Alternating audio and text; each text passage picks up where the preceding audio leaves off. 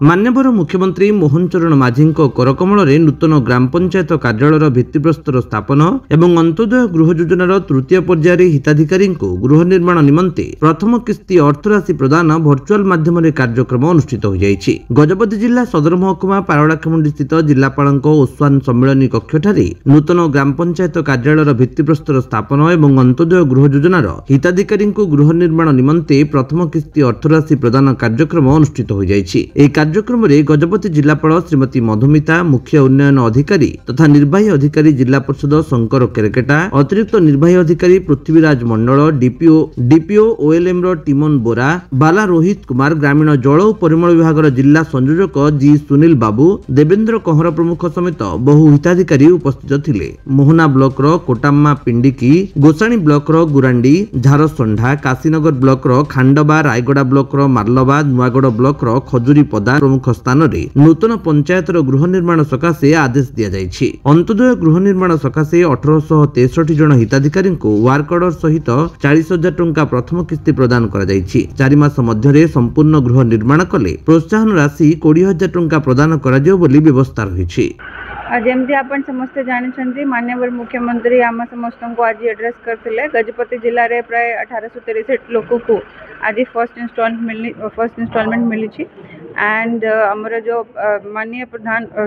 मुख्यमंत्री का निर्देश अनुसार आम भी समस्त को रिक्वेस्ट करूँ कि से माने निजे तांकर घर तैयारी करेंगे और 4 मास भितर करेंगे जमी 20,000 इंसेंटिव भी पाई पारे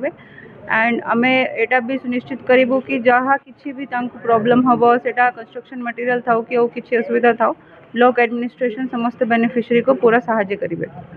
देखो आज समग्र ओडिशा रे केवल नुआपड़ा जिला को छाड़देले अंत्योदय गृह योजनार तृतीय पर्यायर प्रथम किस्ती बंटन करागला एवं ग्राम पंचायत गृहर भित्तिप्रस्तर स्थापन करागला माननीय मुख्यमंत्री श्रीजुक्त मोहन चरण माझी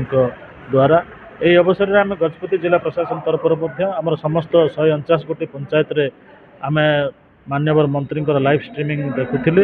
एवं जोटी जोटी पंचायत गृह भित्तिप्रस्तर स्थापन करा भी स्वतंत्र भाव में तार आयोजन करा यही अवसर में देखो आमर आज जिले में 1863 जन को हिताधिकारी को अंत्योदय गृह योजना अंतर्गत कार्यादेश दिगला। कार्यादेश सहित 40,000 टंका प्रदान करागला एवं निवेदन भी करागला जे यथाशीघ्र कार्य को आरंभ करूँ घर कार्य आरंभ करूँ जदि ठीक समय करें ठीक समय अर्थात जदि 4 मास भितर करेंगे से मैंने प्रोत्साहन राशि सदृश आउ 20,000 टंका मिल ये विषय में आम सचेतन करूँ। आमर ये भी निरंतर भाव में प्रयास चली रही है ठीक समय कार्य करूँ एवं समस्त मुंड तले गोटे छात रही प्रचेषा जारी रही समग्र जिला प्रशासन एवं पंचायत घर गुड़ाक भी आम माननीय मुख्यमंत्री एवं पंचायत राज मंत्री निर्देश क्रमे जे गोटे सुंदर पंचायत भवन निर्माण कर समस्त अम्यूनिटीज सेफ्टी फैसिलिटीज अवेलेबल करने निर्देश अच्छी से क्रम चेष्टा जारी रही। गजपति रेणुबाला बेहेरा रिपोर्ट, विश्व विजयी न्यूज ओडिशा।